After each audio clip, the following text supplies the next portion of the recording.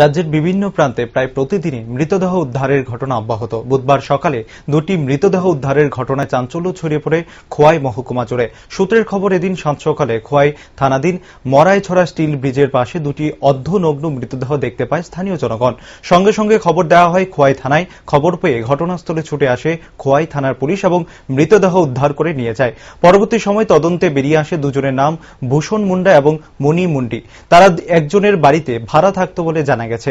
অন্যদিকে কর্মরত পুলিশ আধিকারিক জানিয়েছেন, মৃতদেহ দুটির ময়না তদন্তের কাজ চলছে এবং মৃত্যুর কারণ সম্বন্ধে কিছু জানা যায়নি।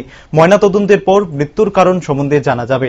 তবে ঘটনা চাউর হতেই আশেপাশে এলাকা জুড়ে চাঞ্চল্য সৃষ্টি হয়। খবর আসে মরাইছড়া বড় ক্ষেত লোহার ব্রিজের পাশে দুটো আননোন ডেড বডি পাওয়া গেছে লোকাল ইনফরমেশন অনুযায়ী।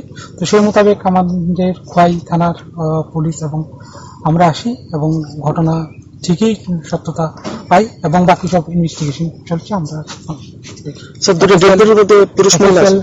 এবং ডগ স্কোয়াড খবর দেওয়া হয়েছে, আমরা ইনভেস্টিগেশন শুরু করেছি। স্যার, দুটো ডেড বডির মধ্যে পুরুষ মহিলা আছে নাকি? হ্যাঁ, একটা পুরুষ একটা মহিলা। ওদের নাম কি পাওয়া গেছে? না, এখন পর্যন্ত